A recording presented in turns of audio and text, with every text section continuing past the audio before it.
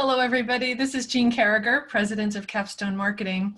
Every year, the AAM Board of Directors identifies a new inductee to the AAM Hall of Fame, and it's based upon a person's dedication and enthusiasm for accounting marketing and the accounting industry.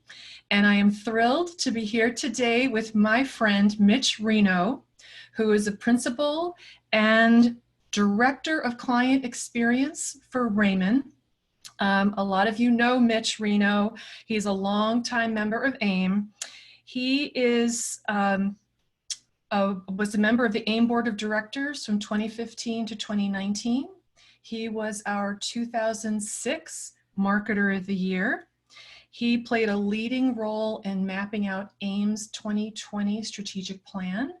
And I believe you are keeping that role for the 2025 strategic plan, Mitch. Is that right? I am. I work as a facilitator of the strategic plan with the association. Wonderful. My privilege. So Mitch, being inducted into the AAM Hall of Fame, so well deserved. Congratulations. Tell me how you felt that day. Well, interestingly enough, I was surprised, and I'm not sure how all of that seemed to actually happen. But I was really humbled and honored by the whole thing. I have so many people that I look up to that are members of the Hall of Fame, you included, and it is, for me, just an incredible honor. Right. Well, again, it really is well deserved, and with the unique presentation we had this year via Zoom, it didn't replace being live, but I thought it was really well done. Well, I'll thank you in part for that too. So that's one of the reasons it was a real big surprise for me. I brought the production company to AAM and introduced them and was involved in some of the planning calls. So the fact even that something didn't slip at that point was somewhat amazing. Right. That is amazing, because that would be really easy to just forget, that they shouldn't be saying anything to you. Oh, so I knew that we're recording these Capstone Conversations because, in our COVID world, and we've all gone virtual, and we know the importance of video. So let me ask you how COVID in the pandemic is impacting the customer experience, because that really is now your focus these days. It is. Boy, the last 5 years of my career, I've been so immersed in focusing on how client experience becomes a key differentiator, both here at Rehmann and as we work with our clients, but I've worked with other firms around the country and spoken a lot about how I believe it's sort of that next differentiator that firms need to focus on. And it's really not about imitating anyone else, but it's about defining that differentiated special experience that your organization can be known for. So it's absolutely important to me. So when you ask about how has COVID really impacted that, frankly, I think it's been an absolutely incredible opportunity for our profession and accountants to be out there in a situation where they're desperately needed by clients. So the situation itself is horrific, but our ability to respond as a profession, I watched it inside my firm, how aggressively we reached out to clients, and we're doing things repeatedly to make sure they were adjusting and getting ready for what was next. And so for me, as I look at that scenario with COVID, horrible scenario, but it really helped us elevate our game. I think as CPAs, we were out there more often with our clients, talking about issues that were important to them and bringing really important answers and advice to the table. And hopefully that's going to continue. I've talked to a lot of firms, especially in the top 50 firms in the country, and many of them had initiatives to make sure that their partners were out there talking to clients. I also think from the experience standpoint, it really helped us understand that we were a little bit more digitally and virtually focused and prepared than we thought. Firms were really quickly responding to the virtualization of their businesses. Our workforces went remotely very quickly without much trouble at all.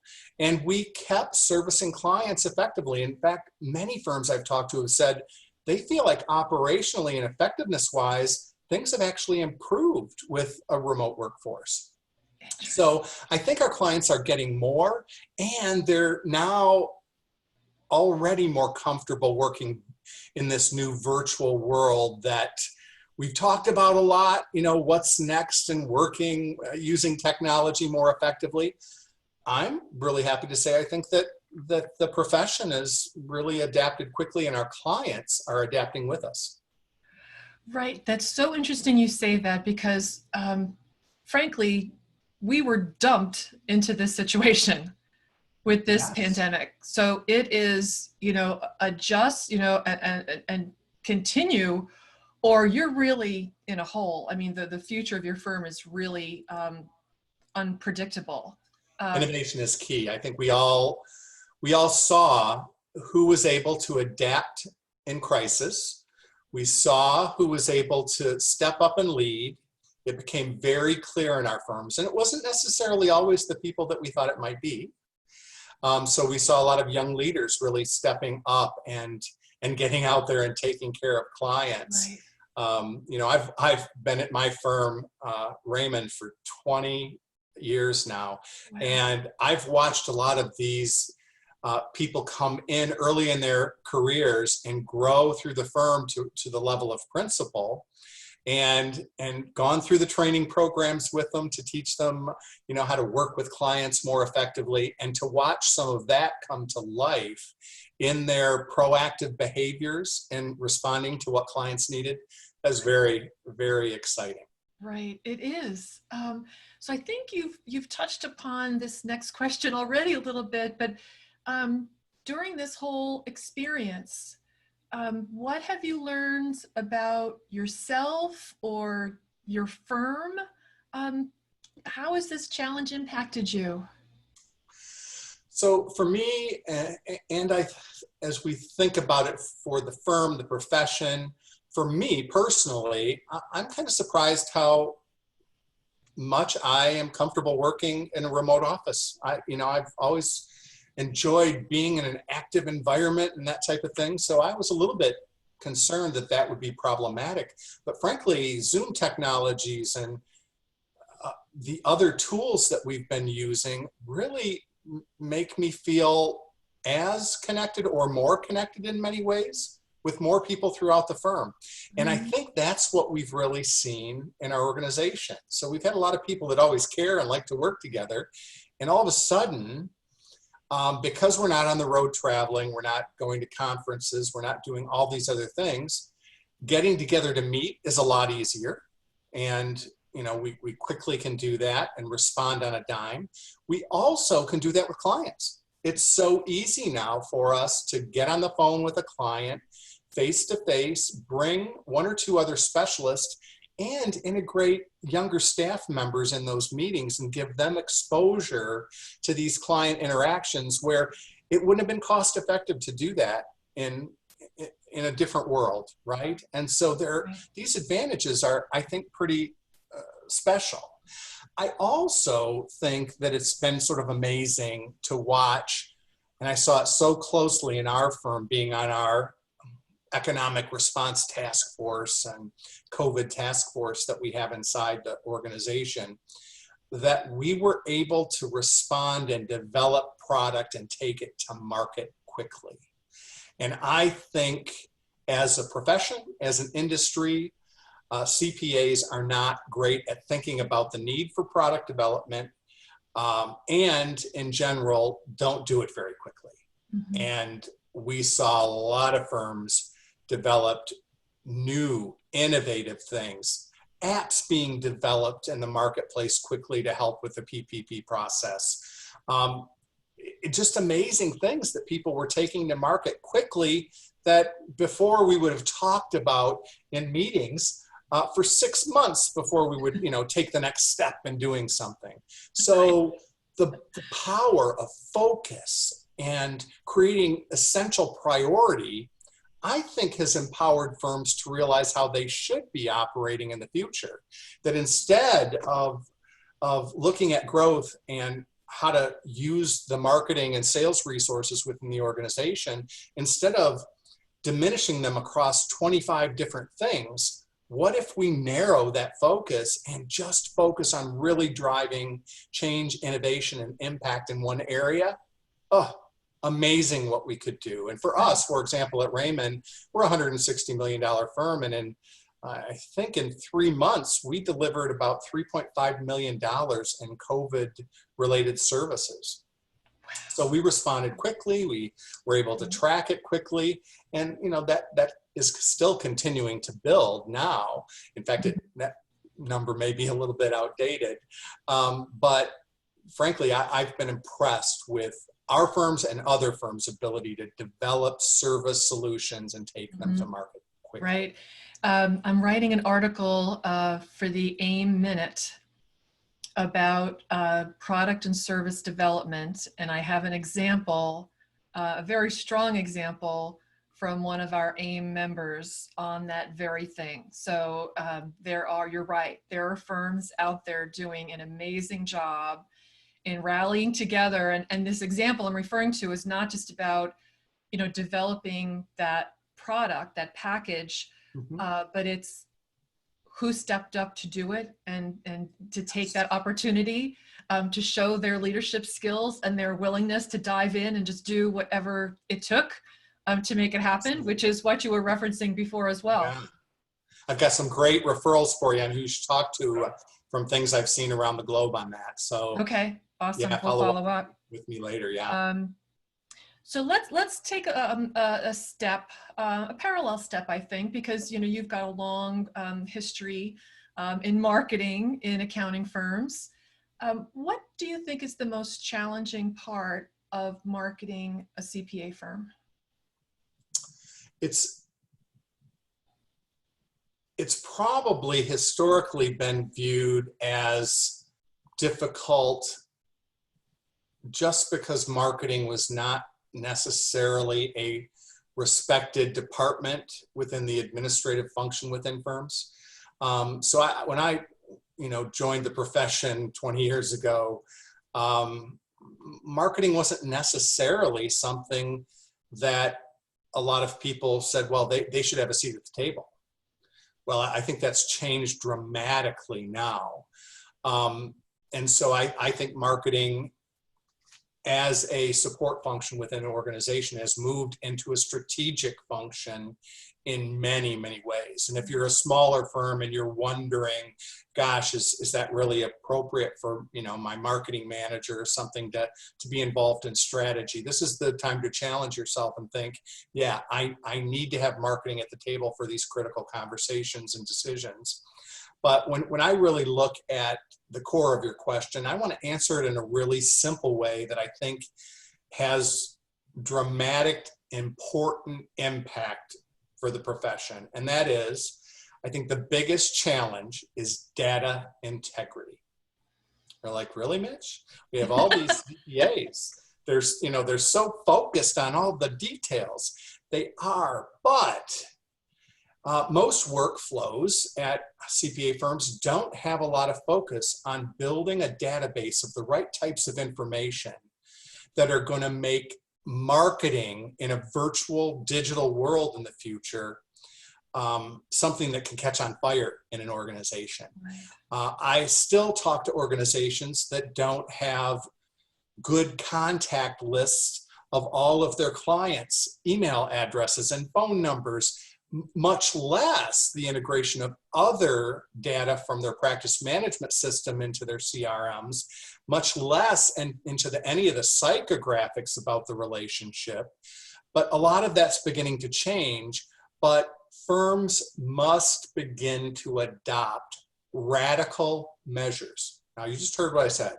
firms have to adopt radical measures up to beef up the quality of the data in their systems if they expect to compete in the future.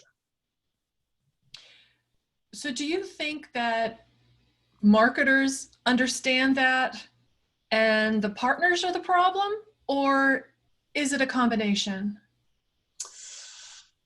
I think the marketers know that they need it. They know the potential of having it, but it's one of these things that we have the silos that have been created and what marketing should be doing and what the technical staff should be doing. And so I've seen it in my firm where, you know, for a few years marketing, you're in charge of really improving the client data. No, now it's in administration and professional support. You guys really need to take a hold of this and do a better job. And IT, wait a minute, shouldn't you be able to fix this problem? And you know, at the end of the day, the people who are interacting with the clients need to own the information. Right. And so is it the partners? No, it's the whole technical staff. When any associate within a CPA firm begins an engagement that they're working on, a job or a project with a client, they need to take ownership of trying to improve the quality of information we have warehoused about them in our CRM systems. And that needs to be strategic and driven through operational execution from the department heads on down those departments to make it happen, to integrate that into their workflows to make sure we are improving the quality of data of every client every year in some strategic, specific way. Right, right. Because this is going to enable you to do all of the personalization and communication and cross-selling and all of that. Absolutely. And it's not the lowly marketing coordinator's job to handle all of that. And here's the big challenge, Jean. When I talk to people in the profession, they'll say, "Oh, our firm's too small. You know, that we can't do that." I'm like, "No, are you kidding?" Yeah. You know, this is the thing a small firm has the edge on. You guys can really take a hold of this and do a better job. But Absolutely. Through the mergers that we've done in the past 20 years, I can tell you the quality of data being downloaded into our systems has traditionally been far below par. So this is an area that all of us need to be paying attention to. Agreed. That's a great point, Mitch. Thank you. You know, it's a little bit mundane. It's not nearly as sexy as some of the answers you might get on that question. But I tell you, if it's done in a radical intervention within a firm, within a 5-year window, a firm could completely have a competitive advantage if they did it successfully. Right. Yeah, you're exactly right. So let's take a look back, let's say about 10 years or so. What are the, I guess, most relevant changes or pertinent changes that you've seen within accounting marketing? Yeah, so when I started 20 years ago, when I was 14, what was really interesting is that we were still living off of that focus on, well, we've got to produce quality work and we've got to start to specialize our practices, and we've got to have SALT specialists, and we've got to have somebody that works in possibly, you know, employee benefit plans and really hone those specialization areas. And so I, you know, sort of saw the tail end of that move into industry specialization. And so in the mid, 2000s, we were really revving up and getting better and better at industry specialization. So you saw all of that happen, and then I started to see this evolution of brand, right? And where we really need to begin positioning our brand and building our reputation around this one firm vision and structure as we go to market. So we saw the evolution of specialization and industry segmentation, and then we still have to bring that firm together under one brand umbrella. Mm-hmm. And so for me, obviously, I think I've made the choice where I think the industry is going next, and I think it's client experience. I think that becomes that differentiator when you can look at the client journey and that client life cycle and you can identify moments along that cycle that will create that differentiated experience that makes people go back and think, boy, when I work with Rehmann, it's different because of this, this, and this. And they can tell that story and they can feel that experience. And that builds that brand reputation in a different way. And hopefully it delivers a level of value that has what I believe will be a higher price tag. Right, right. Could you take, 45 seconds and give us your definition of client experience? Absolutely. For me, I think that client experience is both the perception and the outcomes of all of those moments across the client journey that equate to the value the client perceives in the relationship with you. Just that simple. Right. But, all the perceptions and the outcomes of the deliverables they get, all those moments that add up across that client journey, that's really what makes up the client experience. Right. Wonderful. Thank you. Because I know that we've, read more and we see more about client experience. We know, you're in this role, and we know others, other colleagues that have made that shift as well. So it's going to be interesting to see the pace that firms take in recognizing client experience and the knowledge that they need someone to lead that effort. I think you're right. And it's going to mean something different to a lot of different firms. And I think that's okay. Yeah. People want the final definition. Well, I gave you mine. And when I teach and coach on this, I give Harvard Business Review and Kinsey's, and I just give all of this, different points of definition of what client experience is, because for many organizations, it is, something different, and that's okay. Right, because each firm is going to have to define it exactly in their own way, right? And something that it's just like their brand, right? It has to be something that they can live. Yes, yeah. Absolutely. Right. Yeah, I was at a partner meeting last week and going through and talking with the partnership about client experience. And it was, for them, knowing that they get to define what those moments are going to be and how they want to be different and how they want to shape that experience and where that might reside within their organization. I think it gave them a sense of relief that it didn't have to be checking 27 boxes of here's everything that's included in your client experience if it's going to be a client experience program. So right. Here's another checklist, right? Yeah. For you to fill out, right? Now, I know you know a lot of accounting marketers. Can you drill down to maybe, the one or two characteristics that you see that make these marketers successful? Yes. I'll begin with, because it's been 20 years, I think tenacity.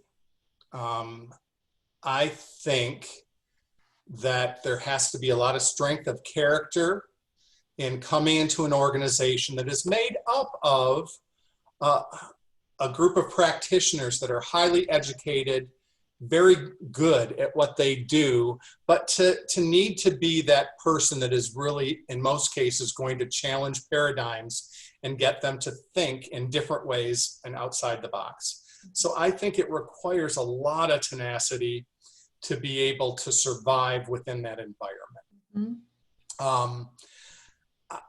I'd also say that, outside of tenacity, I think we might say that business acumen, some of the people that have really been able to soar in their careers as marketers within our profession were good at thinking like a business person.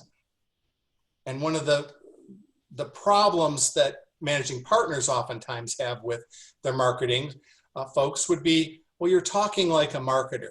You're not talking to me like a business person who understands business issues. And so it's absolutely critical to begin to understand the business, the metrics of the business, and how it operates and runs, as well as how our clients' businesses run. Right. That elevates the marketing strategy. It elevates how you go to market. And as marketers, it really elevates the manner in which you're speaking to your clients and prospects. Because too often we get caught in the myriad of so many requests in marketing that you're just trying to get as much done as you can versus getting the right things done in the right way. Right, right. And knowing how to pitch your ideas, right? For the return on investment. And you're making these suggestions not because the firm down the block is doing it, or it might be really fun, that these campaigns actually fit into a strategy, right? Yes, I love what you've said there, and I'll call them sales skills, right? So we have to be tenacious. We have to have business acumen and bring that to the table. But as marketers, we have to remember that we have to sell our ideas. We have to convince and persuade people to do probably new things that they're not comfortable with doing, accept new ideas that they're not comfortable with, and to try new things. When I look back on my career, it wasn't the great idea that I borrowed from another firm that really separated Rehmann from others. It was things that we came up with and innovated on our own that other firms said, well, wow, we want to do it like that. And it's hard to sell new and different when, as you know, Jean, in our industry, every managing partner says, well, tell me what 10 other CPA firms who did that, what their ROI was, and maybe we can do it. Right. Yeah. I'm not going to tell you what 10 other firms did because we're going to be the first to do it. That's right. Rehmann's going to be on the list that the other firms are going to use to try to sell it in their firms. That's right.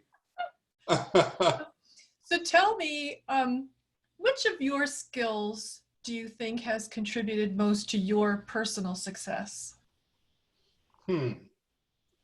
Well, yeah, when I think about the marketer skills and which of those, I think I've been fairly tenacious.